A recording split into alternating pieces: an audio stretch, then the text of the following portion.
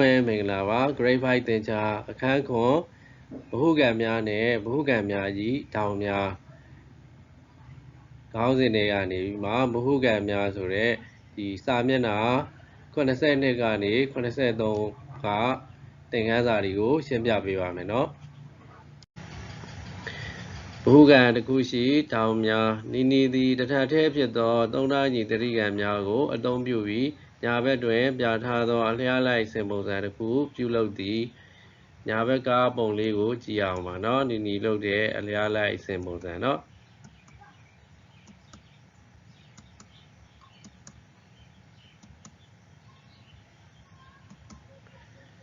အဲဆိုရင်ဒီလိုလေးသုံးသားညီအနီနဲ့အစိမ်းပေါ့နော်တတိကံလေးတွေကိုသုံးပြီးမှဒီလိုလေးစီထားရပေါ့နော်ဒီလိုအစင်လေးလှုပ်ထားပါရနော်နောက်အောက်ပါတတိကံတစ်ခုစီနဲ့တဲ့တစ်ထပ်ထဲဖြစ်သောတဲ့ကရိယာတတိကံများကိုတဲ့အသုံးပြုပြီးအလျားလိုက်စင်ပုံစံပြုလုပ်ပါတဲ့နံပါတ်ကကြီးကဒီပုံလေးပြထားတယ်ဒီတတိကံနဲ့တစ်ထပ်ထဲဖြစ်တဲ့တတိကံကိုလောက်ရမှာပေါ့နော်အသုံးရမှာအလျားရောထောင်းတွေရောတူညီတဲ့တတိကံကိုသုံးပြီးမှနီနီဆင်ထားတဲ့ဒီလိုအလျားလိုက်အစင်ပုံစံကိုလောက်ရမှာပေါ့နော်ခဝေးကိုလည်းပေးထားတယ်ဒီမှာခဝေးတတိကံပုံလည်းပေးထားပါတယ်เนาะဒီပုံစံတစ်ထပ်ထဲကျတဲ့ပုံကိုသုံးပြီးမှအလျားလိုက်အစင်ပုံစံလောက်ရမှာပေါ့เนาะတော့နီကဒီလိုစီစဉ်နေတဲ့ခုနနံပါတ်ကကြီးကိုပေါ့เนาะဒီမှာအပြာရဲ့အစိမ်းရဲ့အဝါရဲ့ဆိုပြီးမှထောင်းပါတယ်တတိကံပေါ့เนาะဒီတစ်ထပ်ထဲကျတဲ့ဒီတတိကံကိုပေါ့เนาะနီကဘယ်လိုအစင်ပုံစံလောက်တလဲပေါ့เนาะဒါကိုကြည့်ရအောင်ဒီမှာဒီလိုတစ်ခုယူလိုက်မယ်ပေါ့เนาะနောက်တစ်ခုကိုလည်းလာကတ်မယ်ပေါ့เนาะဒီလိုလာကတ်မယ်ဒါဆိုရင်ဒီတတိကံကိုပဲဒီဘက်ကိုလာကတ်တာเนาะဒါဆိုရင်အစိမ်းကဒီဘက်ချမ်းရောက်သွားတယ်ဒီမှာเนาะအဝါကဒီမှာအပြာကဒီဘက်เนาะဒါဆိုရင်4000ပုံတစ်ပုံဖြစ်သွားပြီเนาะဒီလိုဆက်ပြီးတော့ကတ်သွားမှာပေါ့เนาะအဲ့လိုမျိုး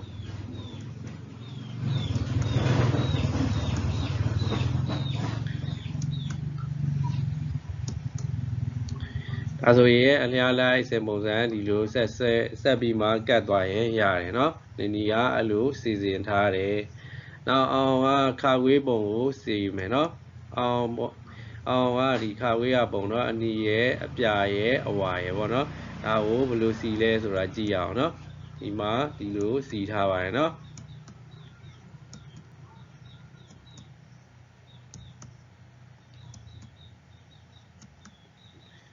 ဒါဆိုလို့ရှိရင်အလျားလိုက်အစင်ပုံစံလုပ်ပြီးသွားပြီเนาะအမှတ် A နဲ့ B ကိုကြည့်လျင်မြည်သည်ကိုတွေးရှိရသည်နည်းလို့မေးထားပါတယ်เนาะအမှတ် A ကဒီမှာပါเนาะအမှတ် A ရဲ့ဒီစုံမှတ်ပေါ့เนาะဒီနားလေးဒါလေးကအမှတ် A ပေါ့เนาะဒီမှာလဲဒီကအမှတ် B ပေါ့เนาะအမှတ် A ရဲ့ B ရဲ့ပေါ့เนาะဒါတွေကို A နဲ့ B ကိုကြည့်ရင်တဲ့ဘာကိုတွေ့ရတယ်လဲပေါ့เนาะတွေ့ရတယ်လဲဆိုတော့เนาะဒီမှာဆိုလို့ရှိရင်ထောင်လေးတွေပေါင်းလိုက်တာတွေ့ရတယ်เนาะထောင်လေးတွေကစိမ်းရယ်အဝါရယ်အပြာရယ်ပေါ့เนาะဒီထောင်၃ခုရှိတာတတိကံရယ်ထောင်၃ခုကသွားစုံတယ်ပေါ့เนาะဒီသူတို့ထောင်၃ခုကဒီမှာသွားစုံတယ်သွားစုံလိုက်တော့ခါကျတော့ဒီလာချမ်းဆက်ဝိုင်းချမ်းပုံစံလေးပေါ့เนาะဆက်ဝိုင်းချမ်းပုံစံတချမ်းပုံစံလေးဒီမှာရတယ်เนาะအဲ့လိုဖြစ်သွားတယ်ဒါကိုတွေ့တယ်เนาะနောက် B မှာလည်းဒီလိုပဲเนาะဒီမှာတောင်အနီရယ်ဝါရယ်အပြာရယ်ပေါ့เนาะရှိတာအဲ့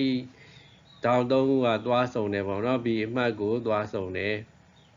စုံပြီးမှသူတို့ပုံကဘယ်လိုဖြစ်သွားလဲဆိုတော့လာချမ်းဆက်ဝိုင်းချမ်းပုံစံဖြစ်သွားတယ်เนาะတချမ်းရသွားတယ်ပေါ့เนาะ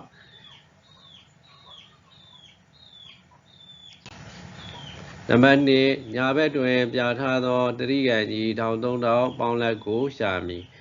ညာဘက်မှာဒီတတိကံမှာเนาะဒီတတိကံရဲ့ထောင်3000ကို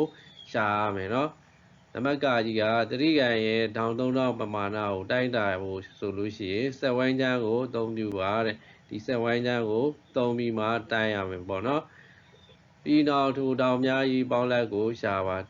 ဒီစက်ဝိုင်းချမ်းကိုသုံးပြီးမှထောင်းတွေတိုင်းပြီးသွားပြီးထောင်းတွေရပြီးဘယ်ဒီဂရီလဲပမာဏဘယ်လောက်လဲဆိုတာရပြီးသွားလို့ရှိရင်ဒီထောင်းသုံးခုကိုပေါင်းရမှာဖြစ်ပါတယ်เนาะစက်ဝိုင်းချမ်းနဲ့ထောင်းတွေကိုတိုင်းတဲ့အသေးစိတ်ကိုပေါ့เนาะအဲ့ဒါကိုတော့မပြောပြတော့ဘူးเนาะအဆင်ပြေမယ်လို့ထင်ပါတယ်เนาะအဲဆိုရင်ထောင်းကို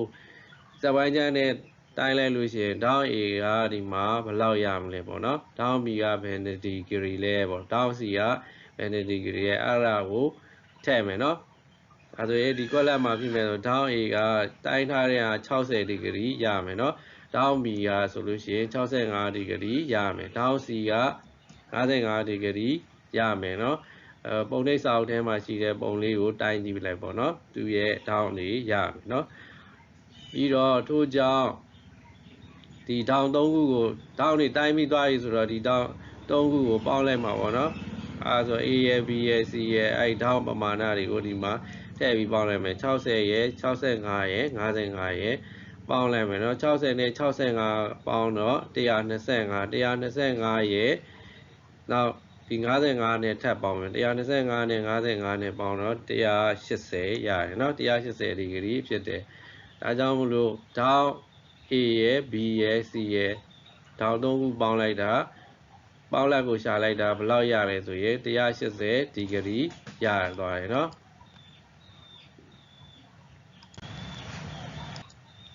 နမခခွေတရိကံကိုတဲ့ပုံထက်စက္ကူပါဖြင့်တဲ့ကူးယူပြီးတဲ့ထောင်း3000ကိုဖြတ်ယူပါပြီးနောက်ထောင်း3000ကိုအောက်ပါအတိုင်းစီစဉ်ပါမြည်ဒီကိုရှာတွေ့သည်နည်းလို့ပြောထားပါတယ်အဲဆိုရင်ဒီမှာပေးထားတဲ့တရိကံပေါ့နော်ဒီတရိကံပေါ်ကိုပုံထက်စက္ကူပါပေါ့နော်ဒီတရိကံကိုအပေါ်ကနေထပ်လိုက်လို့ရှိရင်အောက်ကိုလှမ်းမြင်ရတဲ့ဟိုပါပေါ့နော်ပလတ်စတစ်လိုဟာမျိုးပေါ့နော်ပလတ်စတစ်အထူနည်းနည်းထူတာလေးနဲ့ဆိုရင်ဒီဟာကိုထပ်ပြီးမှတေချာဖိပြီးမှဒါလေးဒီပုံလေးကိုပုံလေးအတိုင်းပေါ့နော်ရအောင်ဆွဲလိုက်လို့ရှိရင်တစ်ထပ်တည်းကျတဲ့ဟာရမယ်အဲ့ရတဲ့ပုံပေါ့နော်ကူးပြီးတဲ့ပုံကိုဒီမှာကတ်ကြီးရာလေးတွေလည်းပေးထားတယ်အဲ့သူပေးထားတဲ့အတိုင်းပဲเนาะဖြတ်လိုက်ပေါ့နော်သူပေးထားတဲ့အရာတိုင်းကူးလဲကူးထားတယ်ဆိုတော့ဒီအရာလေးကိုဖြတ်လိုက်မယ်ဒါဆိုရင်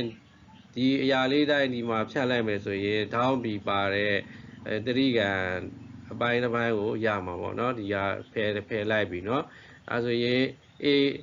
A နဲ့ C ပဲကြံခဲ့မယ် A နဲ့ C ထောင်းပါတဲ့ဟာပဲကြံခဲ့မယ်အဲ့ဒါဆိုရင်ဒီနားလေးကနေဒီလိုကတ်ကြီးအရာလေးတိုင်းဖြတ်လိုက်မယ်ဖြတ်လိုက်လို့ရှိရင်ဒီထောင်းတစ်ခုလည်းကွဲသွားမယ်เนาะတပိုင်းစီဖြစ်သွားမယ်အဲဆိုတော့အပိုင်း၃ပိုင်းရှိတယ်ထောင်း၃ခုပါတဲ့တတိကံအပိုင်းလေးတွေရတတိကံကနေခွဲထွက်လာတဲ့ပိုင်းစတွေရမှာပေါ့နော်အဲဆိုလို့ရှိရင်ဒီဘလူစီထားလဲပေါ့နော်အဲ့ဒီထောင်း3000ကိုအောက်ပါအတိုင်းစီစဉ်ပါလို့ပြောထားတယ်ဒီဘက်မှာပုံလေးကိုကြည့်ရအောင်เนาะအဲ့ဖြတ်ပြီးပြီပေါ့နော်ဖြတ်ပြီးလို့ရှိရင်သူကဒီမှာเนาะ A ပုံလေးကိုဒီ A တောင်း A ပါတဲ့ဒီမှာအနီနဲ့မှတ်ထားတဲ့တောင်းเนาะဒီတောင်းကဒီလိုလေးထားလိုက်တယ်ပေါ့เนาะသွားပြီးစီလိုက်တယ်เนาะ B ကိုလည်းသွားပြီးသူ့ကိုသွားကတ်လိုက်တယ်ဒီမှာ B တောင်းအဝါတောင်းပါတဲ့ဟာဒီဘက်ကိုသွားကတ်လိုက်တယ်เนาะသူနဲ့ဟိုဟာကြားထဲမှာဟိုဟာမနေအောင်ပေါ့เนาะကတ်ထားမယ်เนาะတခါတည်းကတ်မယ်เนาะဒီစီတောင်းပါတဲ့အစိမ်းတောင်းပါတဲ့ချက်ပိုင်းကိုလည်းမသွားလို့ရမလဲဆိုရင်သူ့ကိုသွားကတ်မယ်เนาะဒီလိုကတ်လိုက်လို့ရှိရင်ဒီမှာဒီပုံလေးရမယ်เนาะအဲ့လိုရတယ်ဆိုလို့ရှိရင်ပေါ့เนาะဒီမှာ C ရဲ့ A ရဲ့ B ရဲ့ပေါ့เนาะဒေါင်းလေးရပြီတတိက3ခုကဒေါင်း3000ကိုဒီလိုလေးဖြတ်ထားတဲ့ဟာကိုဒီလိုလေးစီလိုက်မယ်เนาะနောက်ကြည့်ပါမယ်ကားငယ်တတိကမျိုးဆွဲပြီးတဲ့ဆွဲထားတော့တတိကများရင်ဒေါင်း3000ပေါင်းလက်ကိုရှာပါတဲ့ဒါဆိုရင်တတိကနေကိုကြရပုံဆွဲပေါ့နော်တတိကတစ်ခုခုပေါ့နော်ဆွဲထားပြီးမှအဲ့တတိကရဲ့ဒေါင်း3000ပေါင်းလက်ကိုရှာမယ်ပေါ့နော်ဒေါင်း3000ပေါင်းလက်ကိုရှာမယ်ဆိုရင်ဆွဲထားတဲ့ပုံကဒေါင်းတွေရှိမယ်ပေါ့နော် တောင်းနေရှိမယ်55ဒီဂရီလား60ဒီဂရီလား30ဒီဂရီလားဒီလိုတွေရှိမယ်အဲ့ဒီတောင်းရတဲ့တောင်းတွေ3ခုကိုပေါ့နော်ပေါင်းလိုက်လို့ပေါင်းလက်ကိုရှာရမှာမလို့ပေါင်းလိုက်မယ်ပေါ့နော်ပေါင်းလိုက်လို့ရှိရင်ဘယ်လောက်ရမလဲပေါ့နော်ဒါဆိုလို့ရှိရင်ခုနကတော့နံပါတ်ကကြီးတော့1300ပေါင်းခဲ့တယ်เนาะနံပါတ်ကကြီးတော့တောင်း A တောင်း B တောင်း C ဆိုပြီးမှရှာပြီးမှပေါင်းခဲ့တယ်เนาะအဲ့တုန်းက1300ပေါင်းလက်ကဘယ်လောက်ရလဲဆိုရင်180ဒီဂရီဆိုပြီးမှရခဲ့တယ်เนาะအခုလဲဒီကိုယ်တိုင်ဆွဲထားတဲ့တတိယံပုံပေါ့เนาะပေါင်းကြည့်မယ်ဆိုလို့ရှိရင်လည်း1300ပေါင်းလက်က180ပဲရမှာဖြစ်ပါတယ်เนาะဒါဆိုရင်ဘယ်တတိယံကိုဖြစ်ဖြစ်เนาะဘယ်တတိယံပုံကိုပဲဖြစ်ဖြစ်တတိယံအတွင်းတော့เนาะ